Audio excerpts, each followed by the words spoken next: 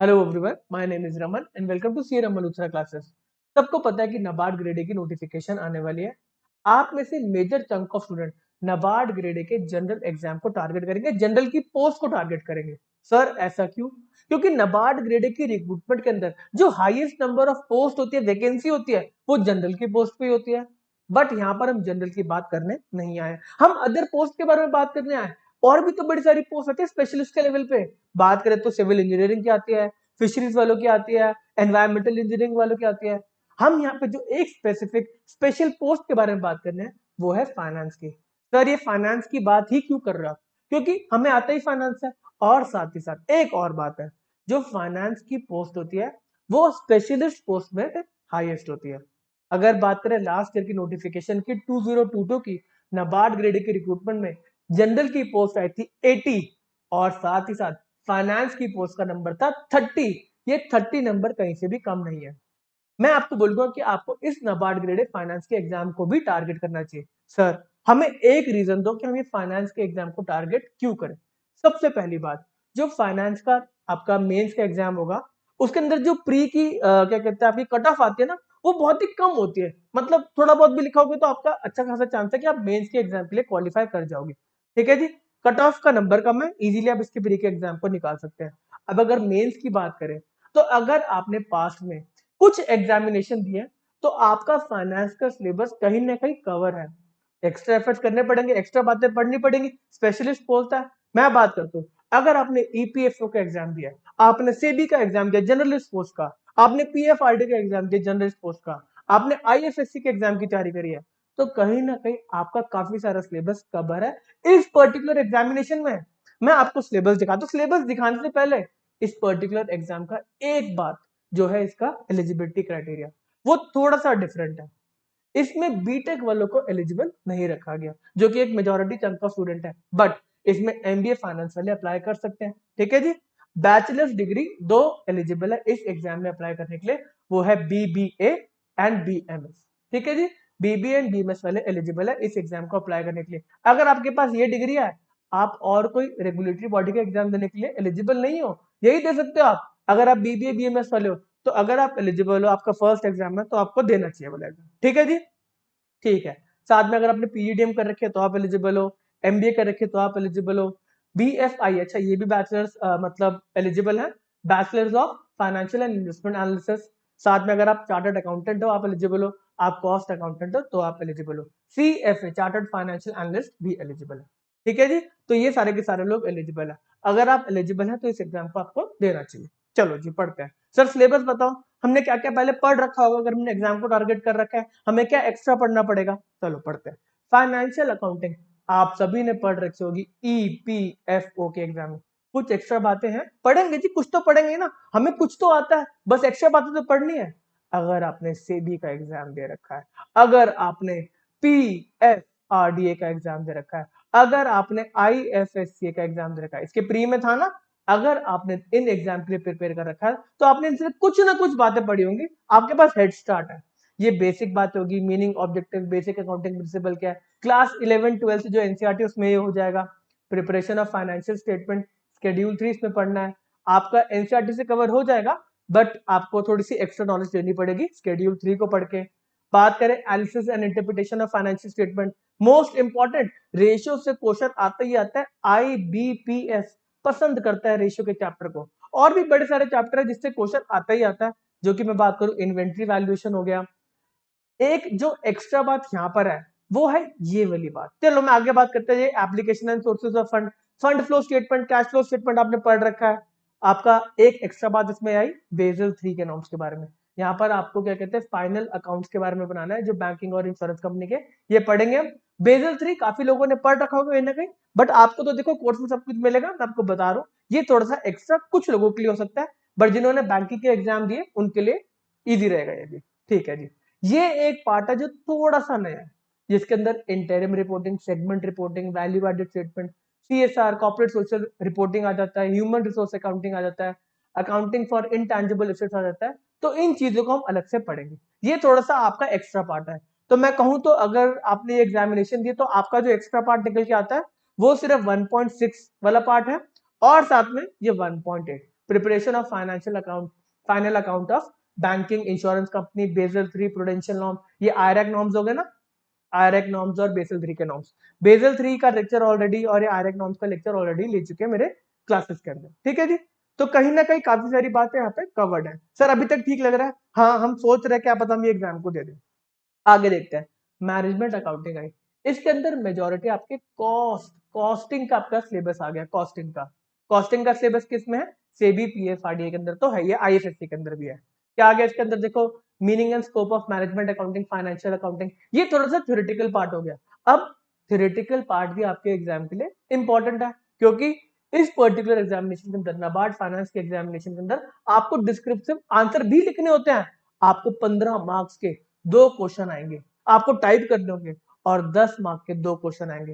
Total कितने हो गए? 30, 20, 50 मार्क्स का आपका डिस्क्रिप्टिव है और 50 मार्क्स का आपका एमसीक्यू बेस्ड पेपर है, ठीक है जी। चलो पढ़ते हैं जी। बाकी सारा आपने पढ़ रखा होगा, वेरिएबल कॉस्टिंग क्या, मार्जिनल कॉस्टिंग क्या। नहीं पढ़ रखा तो आपको अच्छे से समझ में आएगा लेक्चर्स के अंदर। अगर आप फर्स्ट टाइम भी एग्जाम देने वाले हो तो अच्छे से आपको सारे के सारे लेक्चर्स, नोट्स और एमसीक्यूज मिलेंगे, ठीक है जी। तो घबराना नहीं है। Okay, methods of costing, cost of capital, ये थोड़ा सा फाइनेंस साइड का आ गया। ये कॉस्टिंग से रिलेटेड नहीं है, थोड़ा सा फाइनेंस साइड रिलेटेड है। तो आपके मैनेजमेंट अकाउंटिंग के अंदर दो चीजों को मर्ज कर रखा है, कॉस्टिंग को और फाइनेंस के टॉपिक को। अगर बात करें money market and their operations, तो वो प्योर फाइनेंस साइड का पार्ट है, इकोनॉमिक साइड का पार्ट है, वो कॉस्टिंग से रिलेटेड नहीं है।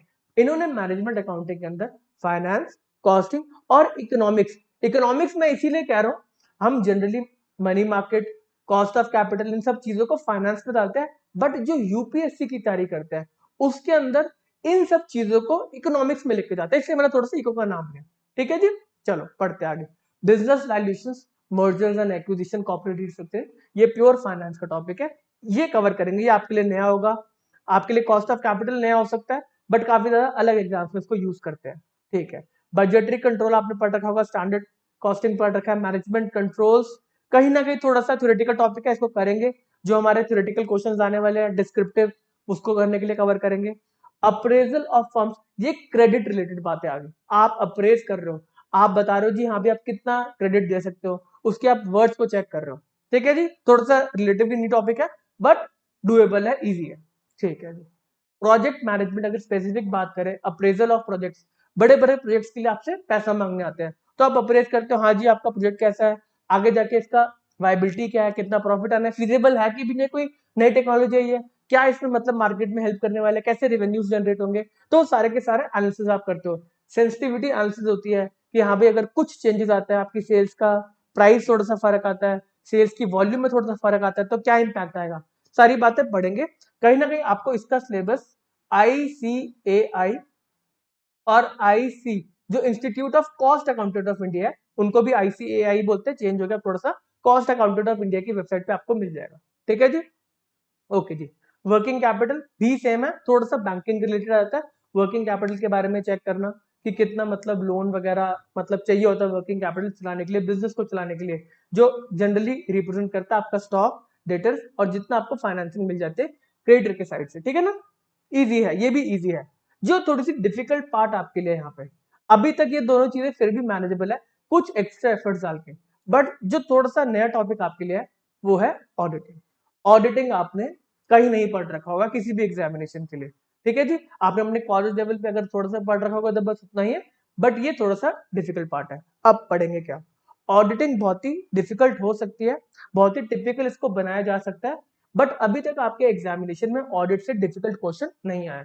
मैं ऑडिट को रेट करूंगा, आपने अगर मैनेजमेंट पढ़ रखा है, मैनेजमेंट पढ़ रहा है ना, प्लानिंग, डायरेक्शन वगैरह, उसके अंदर भी काफी मतलब केस बेस्ड स्टडीज आ जाती है, काफी डिफिकल्ट लेवल के क्वेश्चन बनाते हैं, तो ऑडिटिंग को भी उस लेवल पे लेके जाया जा सकता है। बट अभी तक बात यह है कि इजी है, अभी तक जो क्वेश्चन आ रहे हैं वो इजी लेवल के आ रहे हैं, ठीक है जी। बट आपको पढ़ना तो पड़ेगा। अब इसके अंदर काफी सारी चीजें कंफ्यूजिंग होती है। अगर बात करें नेचर एंड स्कोप, कभी कभी मतलब इसमें कंफ्यूजन जाते हैं कि ऑडिट का नेचर ऑफ स्कोप या ऑडिट के बेसिक प्रिंसिपल गवर्न करते हैं, वो उसमें क्या फर्क है। तो ये बातों को याद रखने में आपको थोड़ा सा रट्टा का हेल्प लेना पड़ेगा। जो मेरे नोट्स आएंगे उसके अंदर कहीं ना कहीं मैं आपको कुछ ऐसी ट्रिक्स बताऊंगा ताकि आपको याद रहे कि इसको कैसे हमें मतलब याद रखना है एक पर्टिकुलर टॉपिक को। अगर बात करें इस पर्टिकुलर सिलेबस को कैसे कवर किया जाएगा, तो इसको डिस्क्रिप्टिव क्वेश्चन के फॉर्म्स में मैं कवर करूंगा। जैसे कि ऑडिटिंग का नेचर एंड स्कोप का एक अलग पर्टिकुलर टॉपिक होगा जिसको क्वेश्चन की फॉर्म में प्रिपेयर किया जाएगा, आप टाइप कर सको। इसको प्रिपेयर इसी तरीके से कर रहे हैं कि आप डिस्क्रिप्टिव का पार्ट लिख सको। अगर बात करें लास्ट ईयर के एग्जाम की, तो इसमें से एक डायरेक्ट क्वेश्चन उठ के आया था एनवायरमेंटल ऑडिट का, और अभी भी एक्सपेक्टेड है। देखो इसमें से क्वेश्चन डिस्क्रिप्टिव का तो आना ही आना है ना, सारे का सारे थ्योरेटिकल टॉपिक है, ज्यादा लॉजिक तो नहीं है, रट्टा मारने वाला काम ज्यादा है, बट इजीली हम इसको टारगेट कर लेंगे। ठीक है जी, चलो मैं इसकी एकदम डिटेल में अभी नहीं जा रहा। मैं जब इसके रिस्पेक्ट में हमारे लेक्चर्स 3-4 दिन में ऑडिट के स्टार्ट होने वाले हैं, तो उधर से कुछ कुछ इन्फॉर्मेशन यूट्यूब पे भी लेके आता रहूंगा। मैनेजमेंट अकाउंटिंग और फाइनेंशियल अकाउंटिंग का काफी पार्ट कवर्ड है, इसके अंदर भी और ज्यादा जो चीजें एक्स्ट्रा है वो आती रहेंगी।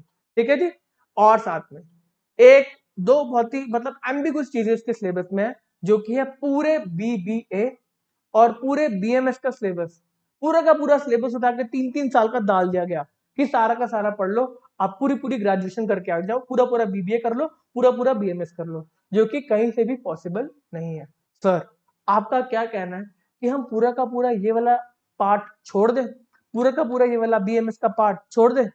तो मेरा कहना यही है कि पूरा पार्ट पॉसिबल नहीं है पढ़ना और पढ़ाना, बट जो क्वेश्चंस लास्ट ईयर के एग्जाम्स में आए हैं वो इनमें से मैनेजमेंट मैनेजमेंट जो हमारा मैनेजमेंट का सब्जेक्ट है, मैनेजमेंट के सब्जेक्ट से क्वेश्चन आए, मैनेजमेंट के क्वेश्चन से सब्जेक्ट मतलब मैनेजमेंट के सब्जेक्ट से काफी क्वेश्चन आए। ठीक है जी, तो अगर आपने पहले मैनेजमेंट के बारे में पढ़ रखा है तो वो भी कहीं ना कहीं हेल्प करेगा, अगर नहीं पढ़ रखा तो नो वरीज, हमारे कोर्स के अंदर ये भी कवर्ड होगा। ठीक है, मैनेजमेंट से क्वेश्चन आया तो वो एक एक्स्ट्रा बात जो यहाँ पे नहीं आपको दिख रही बट आपको कवर करनी है, यही इसका सिलेबस है। टारगेट करेंगे ना मिलके। अगर आपको इस पर्टिकुलर कोर्स को चेकआउट करना है तो मेरी एप्लीकेशन पे जाके आप चेक कर सकते हैं। इस वीडियो के डिस्क्रिप्शन में सारे के सारे आपको लिंक मिल जाएंगे। ऑडिट के लेक्चर्स 3 से 4 दिन में स्टार्ट हो जाएंगे। ठीक है जी, मैं यूट्यूब पे भी लेकर आऊंगा, आप देख लेना, आपको समझ में आता है पढ़ाने का तरीका, तभी आप एनरोलमेंट ले लेना। ठीक है जी, आपको इस पर्टिकुलर यूट्यूब चैनल में पिछले हिस्ट्री में जाके काफी ज्यादा अच्छे लेक्चर्स भी मिल जाएंगे, नॉलेजेबल लेक्चर्स है, आप वो भी जाके चेकआउट कर सकते हैं। चलो इस सेशन को यहीं पे समाप्त करते हैं। Okay tata bye bye.